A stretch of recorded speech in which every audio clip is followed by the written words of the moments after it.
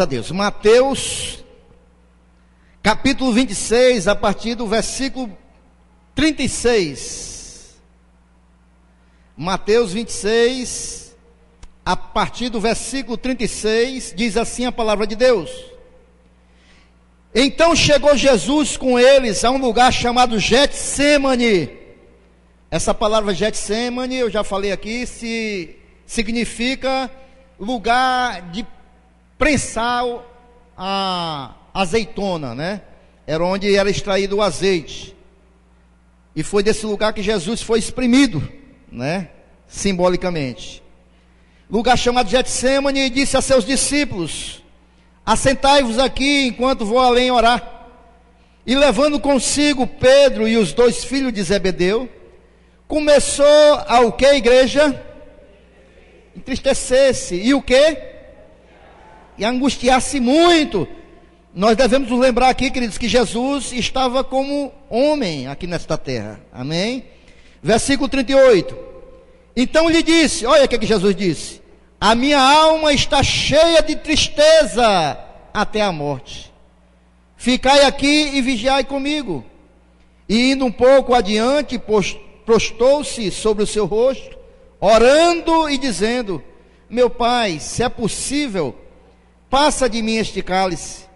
Todavia não seja como eu quero, mas como tu queres. Versículo 40. E voltando para os seus discípulos, achou-os adormecidos e disse a Pedro: então nem uma hora pudestes vigiar comigo? Vigiai e orai, para que não entreis em tentação. Na verdade, o espírito está pronto, mas a carne é fraca. E indo a segunda vez, orou dizendo: meu Pai, se este cálice não pode passar de mim, sem eu o beber, faça-se a tua vontade. E voltando, achou-os outra vez adormecidos, porque os seus olhos estavam carregados. E deixando-os de novo, foi orar pela terceira vez, dizendo as mesmas palavras. Então chegou junto dos seus discípulos e disse-lhes: dormi agora e repousai, eis que é chegada a hora. Que hora é esta, irmãos, que Jesus disse que chegou? Era a hora de consumar todas as coisas que ele veio fazer nesta terra, amém? É chegada a hora, e o Filho do Homem será entregue nas mãos dos pecadores. Levantai-vos, partamos, eis que é chegado o que me trai. Amém? Jesus sabia que Judas iria traí-lo. Somente até aí mesmo, pode sentar-se em nome de Jesus.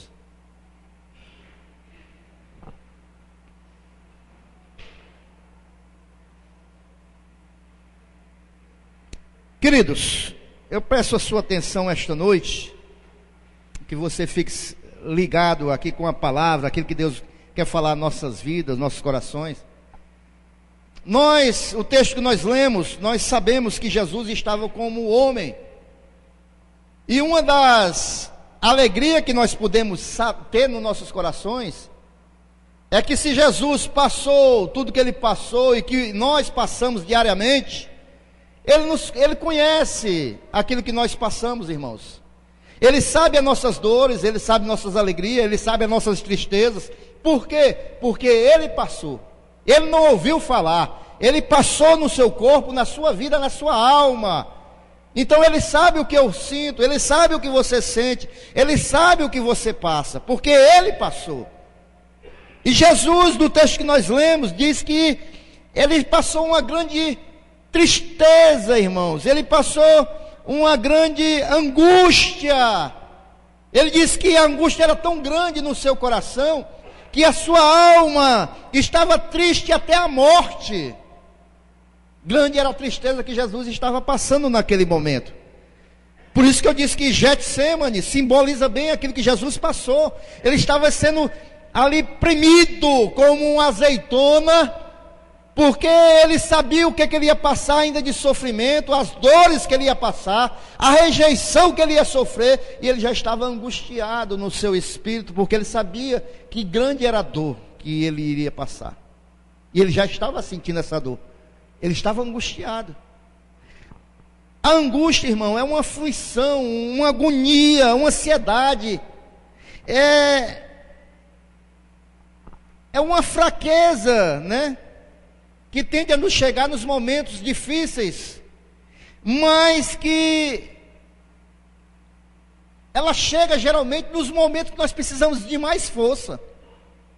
É o momento que chega a angústia, no momento que nós estamos passando uma grande luta, uma grande dificuldade, no momento que nós estamos precisando mais sermos fortalecidos, a angústia geralmente bate à nossa porta.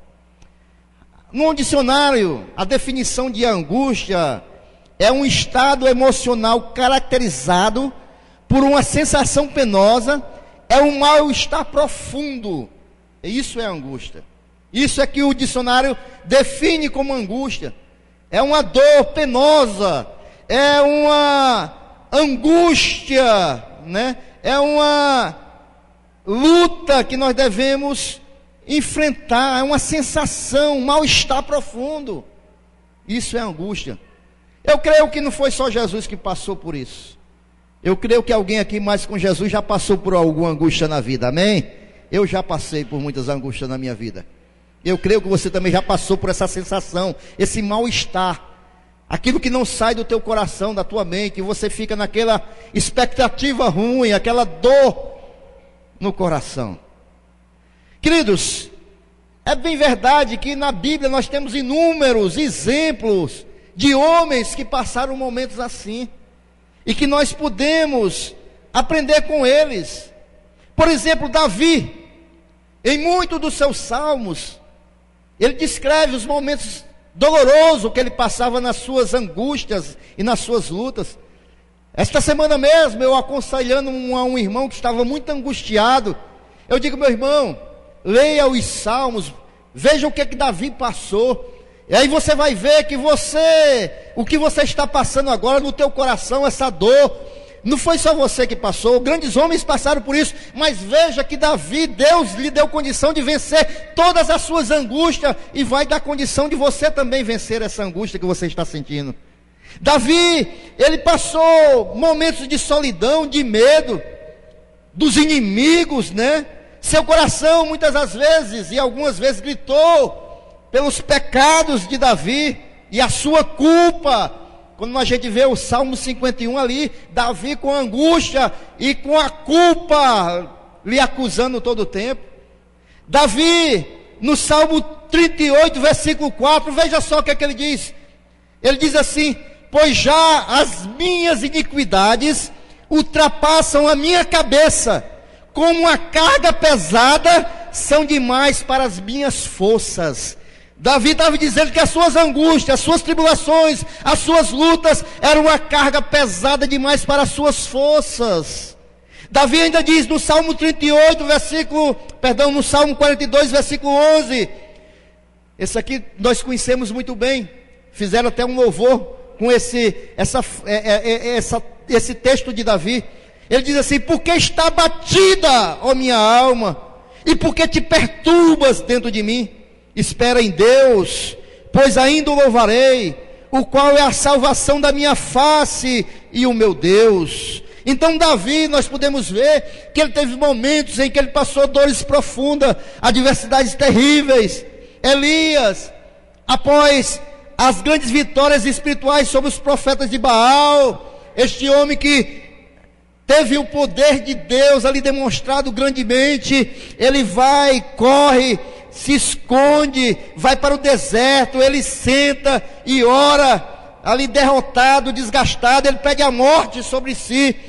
E no capítulo 19, versículo 4 de 1 Reis, ele diz assim: ele porém foi ao deserto, caminho de um dia, e foi sentar-se debaixo de um zimbro, e pediu para si a morte, e disse: já basta, ó Senhor, toma agora a minha vida, pois não sou melhor que meus pais.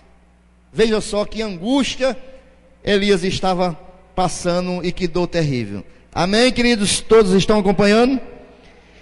Nós podemos ainda ver, irmãos, na vida de Jó. Ele sofreu uma grande perda. A devastação e a doença física estavam na sua vida. E naquele momento, até a sua mulher ela mandou ele amaldiçoar o Deus a qual ele se via e morrer. E ali no momento de angústia, né? Jó, capítulo 10, versículo 1, diz assim: a minha alma tem tédio da minha vida, darei livre curso à minha queixa, falarei na amargura da minha alma. Jó, nós também podemos ver que ele estava passando um momento difícil. Eu poderia ainda citar aqui, irmãos, Moisés, que no momento em que Deus ia descer castigo sobre o povo, Moisés também ali angustiado ora ao povo e pede até mesmo a morte.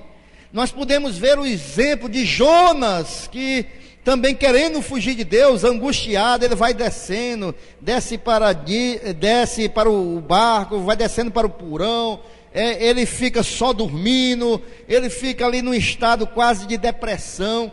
Eu poderia falar aqui do profeta Jeremias, que é lançado num poço e fica com lama até aos joelhos. E preste bem atenção, quando Jeremias é lançado naquele poço, a cidade de Jerusalém estava destruída, não havia comida para quem estava em cima. Imagine para ele que estava num poço, em meio à lama, o que não passou no coração deste profeta, deste homem, as dores, as angústias que ele passou.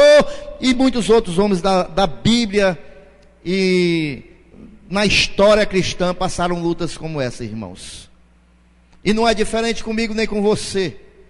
E nós estamos vivendo no século, irmãos, da angústia e da depressão. Nós estamos vivendo uma era, irmãos, em que nós temos muita informação, nós temos muitas tecnologia para a saúde, nós temos muita tecnologia nos nossos lares, mas todas essas questões, elas não podem de maneira nenhuma influenciar ou mudar o que está aqui dentro, muitas vezes dos nossos corações, que é a angústia que chega às nossas vidas. Amém? Mas de todos esses exemplos, irmãos, que eu citei aqui, nenhum deles se compara ao que Jesus passou naqueles momentos que antecederam e nos momentos em que ele estava ali na cruz do Calvário. Nenhum desses momentos, nenhum desses homens se compara ao que o nosso Senhor e Mestre passou, Jesus Cristo. A angústia que Jesus passou, meus irmãos, ela não pode ser descrita com palavras. A angústia que Jesus passou foi um momento terrível. E em Jesus, nós podemos ter o exemplo de como nós devemos enfrentar as nossas angústias pessoais, o que eu e você passamos.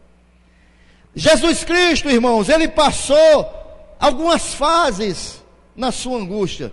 Ele passou a fase do Getsêmani, que ele estava esperando a qualquer momento ser levado preso e passar tudo o que ele passou. Ele passou angústia no momento da traição de Judas, da sua prisão e do abandono daqueles que estavam ao seu lado.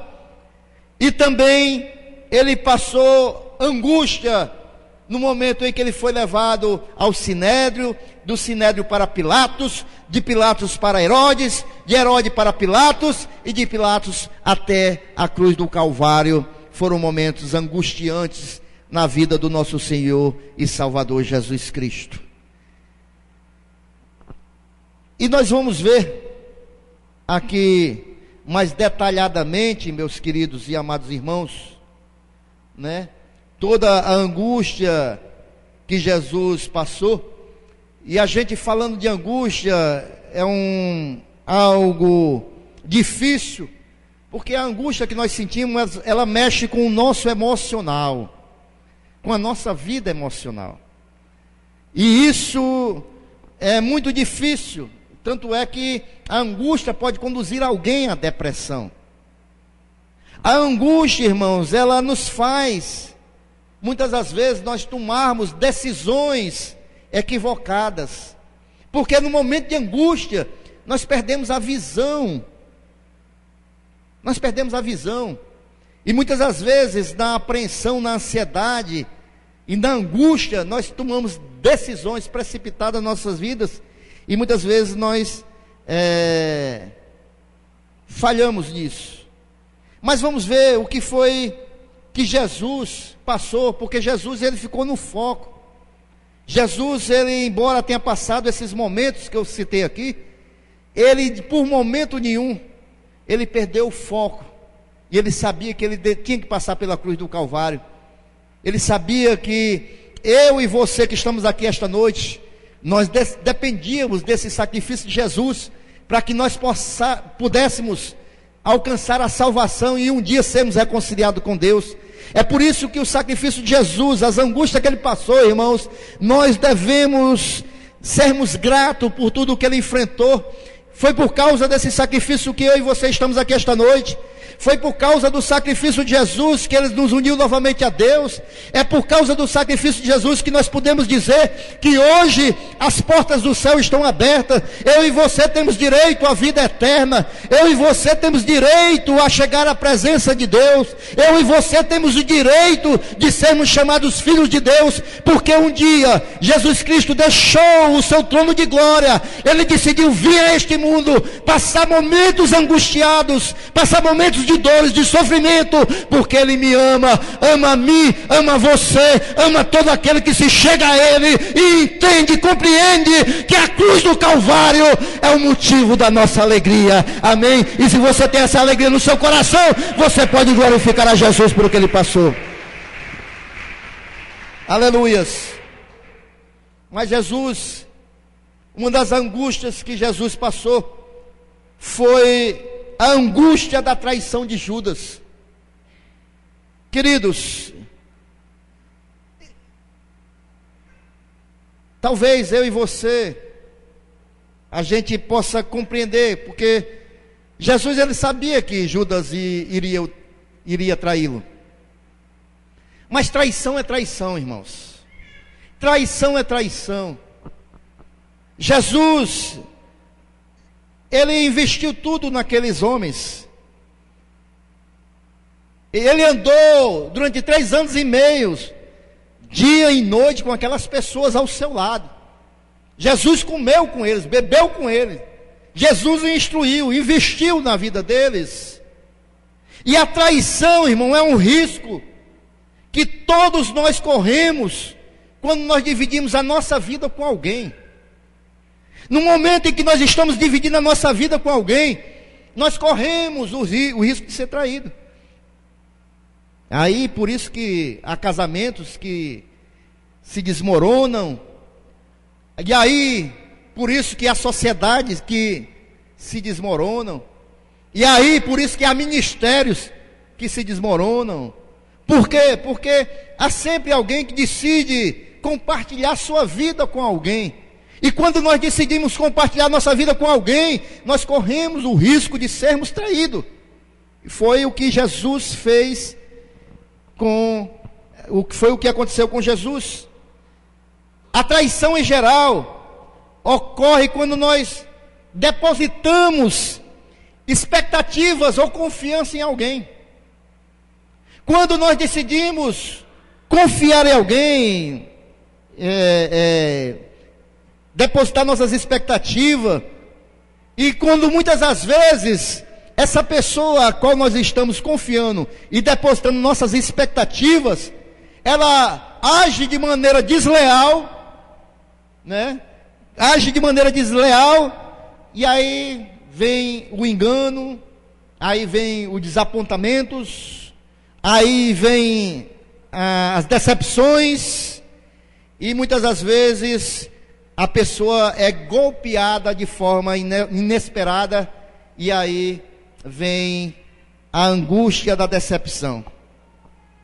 Geralmente, irmãos, a pessoa que trai a outra é porque essa pessoa está ao seu lado somente buscando vantagens daquilo que você pode oferecer. Não é por você que ela está, né? Ela está buscando vantagem. E Judas, pastor, o que foi? A Bíblia diz que ele era ladrão, irmãos. Ele metia a mão na bolsa. Ele era o tesoureiro ali do ministério de Jesus. A Bíblia diz também, não a Bíblia, perdão, mas os historiadores afirmam que Judas esperava que Jesus viesse libertar o povo de Israel. Ele não compreendia, embora Jesus ensinou 3 anos e meio, que o reino de Jesus não era dessa terra, mas Judas esperava que Jesus viesse libertar o seu povo do jugo romano.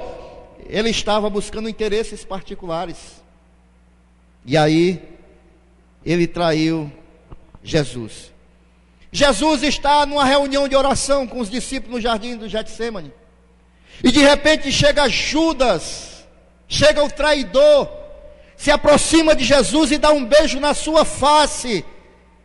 Por que, pastor, ele deu um beijo na face de Jesus? Porque era assim que se saudavam, geralmente, os rabis, os mestres. E Judas vai até Jesus e dá um beijo na sua face, sauda Jesus com um beijo na face. E Jesus, irmãos, eu acho lindo esse nosso mestre, esse nosso Senhor, que embora Jesus soubesse que Judas ia traí-lo, que embora Jesus talvez estivesse com o coração, talvez não, a Bíblia diz que ele estava angustiado, ele mesmo fala no texto, muito angustiado, e ele sabendo tudo que ele ia passar, e ele sabendo que investiu 3 anos e meio na vida de Judas, e ele sabia que Judas ia trair, tanto é que na Santa Ceia, ele divide o pão e diz, olha, o que tu tem que fazer, faz logo. E aí quando Judas chega, Mateus 26, versículo 50, olha só quem é o nosso Senhor. Jesus, porém, lhe disse, que foi que Jesus disse? Cabra, sem vergonha, traidor. Como é que você faz um negócio desse comigo, foi? Não, o que é que Jesus disse? Amigo. Olha aí, olha, o que é que Jesus faz? Amigo, a que viestes? Amigo, a que tu veio fazer? Jesus, mesmo diante daquele que o traiu, ia o levar à morte, Jesus o tratou como um amigo, irmãos. Sabe o que é que eu vejo aqui? Eu vejo que o amor foi mais forte do que o poder devastador da traição. Eu vejo aqui que o meu Senhor e o teu Senhor, embora muitas das vezes nós mesmos nos dias de hoje o traímos, quando nós o negamos, quando nós no meio de um colégio, quando nós no meio de um trabalho, no meio de uma faculdade, muitas vezes nós dizemos que não conhecemos Jesus através dos nossos atos, nós traímos Jesus, mas Jesus olha para nós com amor e ele diz, amigo, o que você está fazendo? Amigo. Jesus, ele não se deixou irar-se, embora ele tivesse angustiado. E aqui eu tomo o primeiro exemplo para nossas vidas, que muitas das vezes nos momentos de angústia, ou alguém nos decepciona, nós devemos amar a si mesmo, porque é assim que Jesus nos ensina, é assim o exemplo do nosso mestre, é assim que ele nos deu a lição, irmãos, e nos mostrou. Amém, igreja? Mas eu vejo ainda, irmãos, nessa angústia que Jesus passou, não foi só a angústia da traição de Judas, mas eu vejo a angústia que Jesus passou diante das acusações que ele sofreu. Quantas acusações Jesus sofreu, irmãos? Ele é primeiro acusado pelo Sinédrio, ele é levado para o Sinédrio, e lá ele é cuspido, é espancado, e eles não tinham o direito de fazer isso, e o acusaram. Eles mandam para Pilatos, Pilatos também, e aonde ele passava havia acusação, irmãos. Mas se você vê aí no versículo 20, no capítulo 27 de Mateus, do versículo 11 ao 14,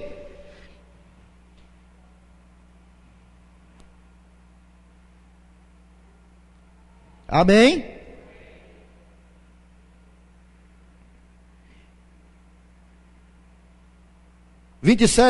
Versículo 11.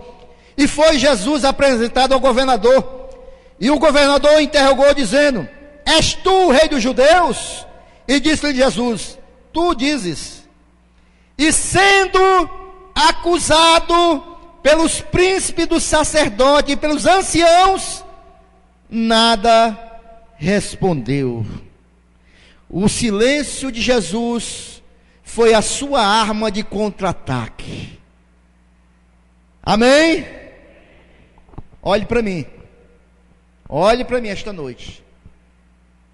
Queridos, que lição do nosso mestre para nós, né? Você já parou para pensar quando você é acusado injustamente? Hein? Nós, qual é a nossa reação? Quando nós somos acusados injustamente, a nossa primeira reação, irmão, é nós nos levantarmos com fúria, porque, irmão, acusação injustamente, ser acusado injustamente dói, e nós nos levantamos muitas vezes para rebater de imediato. Seu mentiroso, sua mentirosa, quem foi que disse isso? Você vai ter que provar. Geralmente nós colocamos logo o nosso dedo em riste e começamos, você vai ter que provar, você é um mentiroso, você é uma mentirosa, você vai ver, eu vou lhe processar, eu vou fazer isso, vou fazer aquilo. É ou não é, igreja? Amém ou não amém? Mas o que é que o nosso mestre, no momento que os anciãos, os sacerdotes, estavam o acusando, a sua arma de contra-ataque foi o silêncio. Foi o silêncio, irmãos. Mateus, mas não foi só nesse momento não, anterior também. Mateus 26, capítulo 26, versículo 63, diz assim: quando no sinédrio estavam acusando, Jesus, porém, guardou silêncio. E o sumo sacerdote lhe disse: eu te conjuro por Deus vivo, que nos diga se tu és o Cristo, o Filho de Deus. O sacerdote ficou estressado, porque Jesus nada respondia diante das acusações que ele sofria.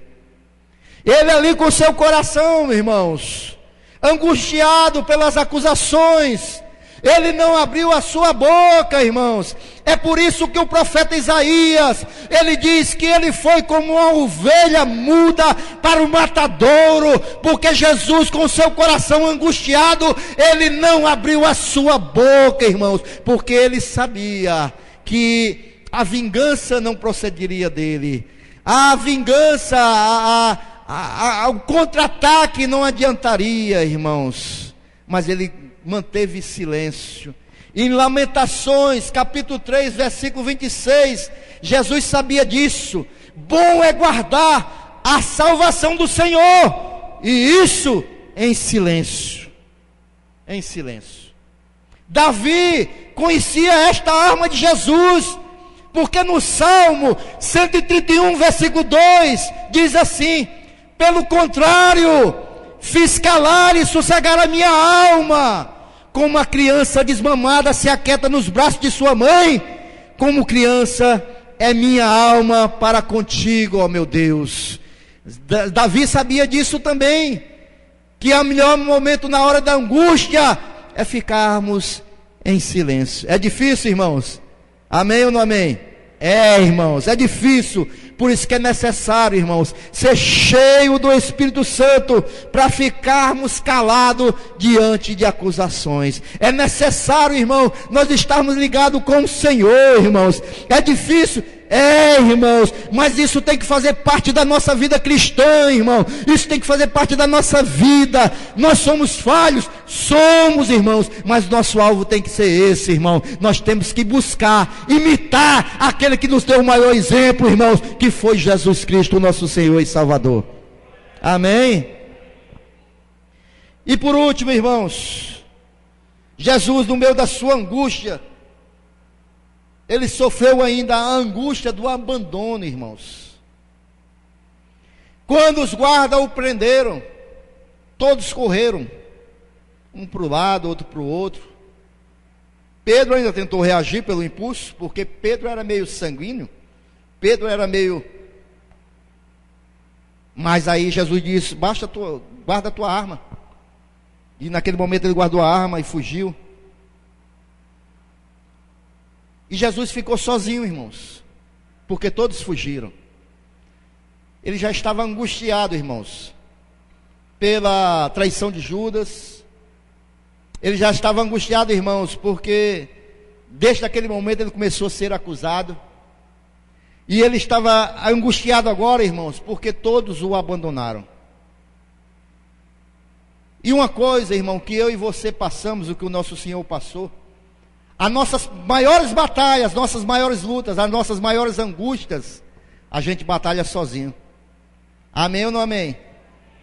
Geralmente as nossas angústias, as nossas maiores batalhas, ninguém está do nosso lado, irmãos. Geralmente é numa madrugada, de joelho ao pé da cama. Geralmente é num quarto, sozinho. Geralmente, irmãos, os nossos choros, as nossas dores, ninguém está presenciando, irmãos. Geralmente nas nossas angústias, nas nossas dores, não tem plateia, irmãos. E é onde nós travamos as nossas maiores batalhas. E não foi diferente com o nosso Senhor. Ele travou a sua maior batalha sozinho, porque todos o abandonaram.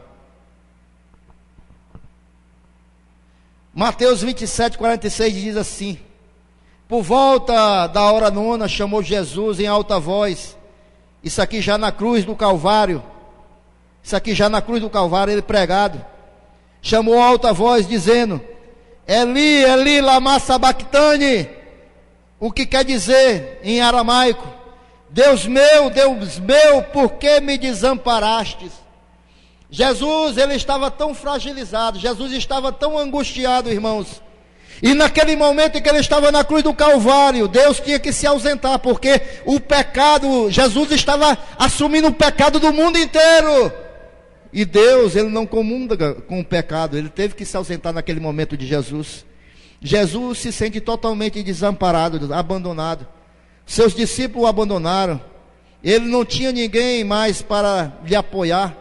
Deus se ausentava naquele momento. E Jesus assim mesmo esteve com a visão naquilo que ele veio fazer nesta terra. Eu tenho que reconciliar pelo meu sangue, eu tenho que ir até o final, porque o Flávio, porque a Regineide, porque a irmã Lourdes, porque o Danilo, eles vão precisar do meu sangue, eles vão precisar que eu vença a morte, eles vão precisar, porque eu estou levando o pecado deles, e vou pagar o preço que eles não podem pagar, e eu tenho que ir até o final.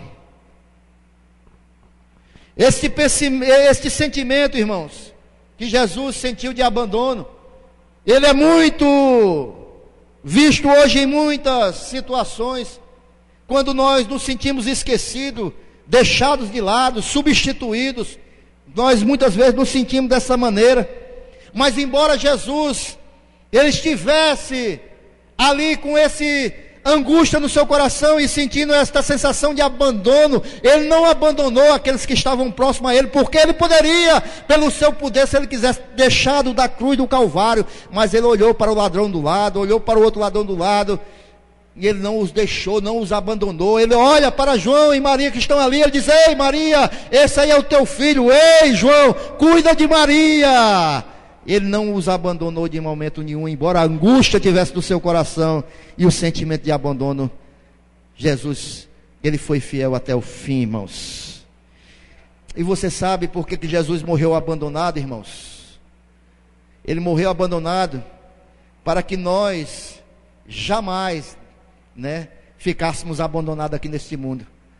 Porque ele disse: eu vou para o Pai, mas vou preparar um lugar para vocês, e vou mandar o Espírito Santo de Deus para ficar com vocês, para vocês não ficarem só.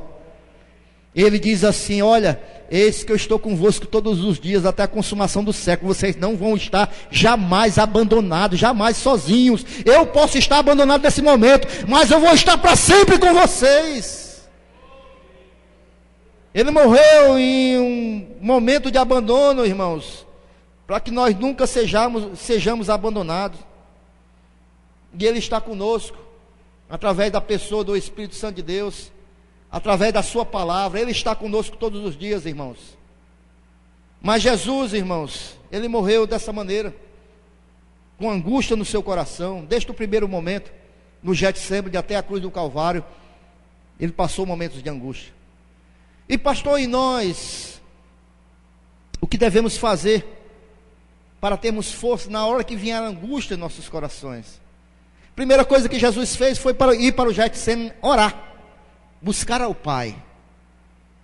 A primeira coisa que nós devemos buscar fazer, irmãos, não tem fantasia, não tem mágica, é buscar a Deus, irmãos. É Deus o nosso conforto e consolo.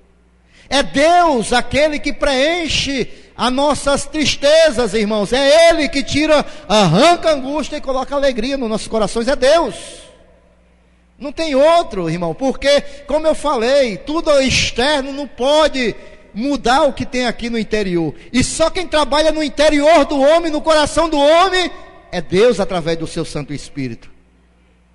Então, irmãos, é Deus. Em 1 Samuel, capítulo 2, versículo 9, diz assim a palavra de Deus: Ele guarda os teus pés, Ele guarda os pés dos seus santos, porém os perversos emudecem nas trevas da morte, porque o homem não pode prevalecer pela força. Não tem nada que nós possamos fazer, irmãos, que vá mudar o sentimento de angústia que há dentro de nós, a não ser colocarmos nas mãos de Deus, que é Ele que nos guarda, como diz o versículo. Se nós olharmos também para esses homens que eu citei aqui, e muitos outros homens de Deus, que passaram lutas e angústia, Davi, a força de Davi, ele encontrava no seu relacionamento com Deus. Lá no Salmo 18, versículo 1, Davi diz assim: Eu te amo, ó Senhor, força minha. E no versículo 2 ele continua dizendo, olha só onde Davi encontrava força. Salmo 18, versículo 2: O Senhor é a minha rocha, a minha cidadela, o meu libertador, o meu Deus, o meu rochedo, em quem me refugio, o meu escudo, a força da minha salvação, o meu baluarte. Deus é a nossa força, Deus é o socorro presente, Deus é aquele que intervém, Deus é aquele que nos livra do mal, Deus é aquele que nos guarda e nos livra e intervém em nossas vidas, irmãos. Não tem outro, não tem outro. A força de Sansão estava na sua fidelidade com Deus. A partir do momento que ele deixou de ser fiel a Deus, ele perdeu a força. Quer força, meu irmão? Seja fiel a Deus, busque a Deus, ande em fidelidade com Deus. A força de Josafá estava na adoração. Quando ele estava angustiado, o exército cercando, ele saiu com um louvor para combater o exército adversário. A força dele estava no louvor. Está angustiado? Louve a Deus. A força de Abraão estava na sua fé, irmãos. Está passando angústia? Busca renovar a tua fé em oração, louvor, adoração a Deus. A força de Jesus estava onde? Em obediência, irmão. Tudo que ele passou foi para fazer a vontade do Pai. Amém, queridos? Eu quero só concluir, irmãos. Abra sua Bíblia em 2 Coríntios capítulo 12. 2 Coríntios capítulo 12.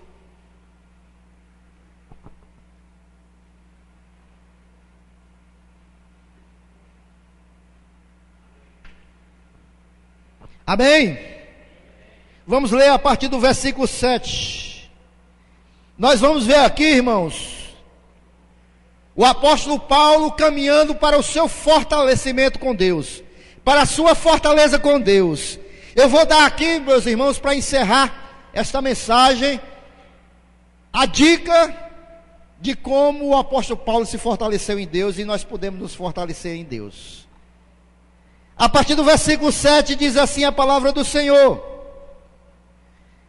E para que me não exaltasse pela excelência das revelações, foi-me dado um espinho na carne, a saber, um mensageiro de Satanás para me esbofetear, a fim de não me exaltar, acerca do qual 3 vezes orei ao Senhor, para que ele se desviasse de mim. Disse-me: a minha graça te basta, porque o meu poder se aperfeiçoa na fraqueza. de boa vontade, pois me gloriarei nas minhas fraquezas, para que em mim habite o poder de Cristo. Pelo que sinto prazer nas fraquezas, nas injúrias, nas necessidades, nas perseguições, nas angústias, por amor de Cristo. Porque quando estou fraco,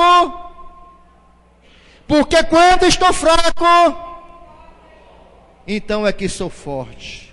Irmãos, se nós aprendemos, se nós estamos em angústia, nós devemos aprender com o Senhor, que esses momentos que nós passamos de angústia, esses momentos que nós passamos de fraquezas, esses momentos que nós passamos de lutas, irmãos, é para que nós possamos buscar a Deus e compreender que são esses momentos que Deus há de nos fortalecer, porque é quando nós somos fracos, quando nós estamos angustiados, aí é que a fortaleza de Deus vem sobre as nossas vidas. Porque quando eu estou fraco, aí é que eu sou forte, irmãos. Se está passando angústia, se está passando luta, se está passando dificuldade, fica firme, irmão, porque Deus vai te fortalecer. Porque Deus contigo, você vai ser mais do que vencedor. Porque o Senhor contigo, aí é que você é forte, meu irmão.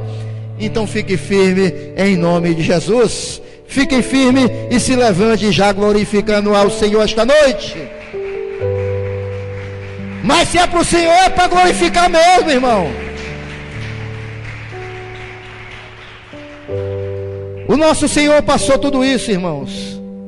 E nós vamos rememorar agora na Santa Ceia, porque Ele nos amou de uma maneira surpreendente.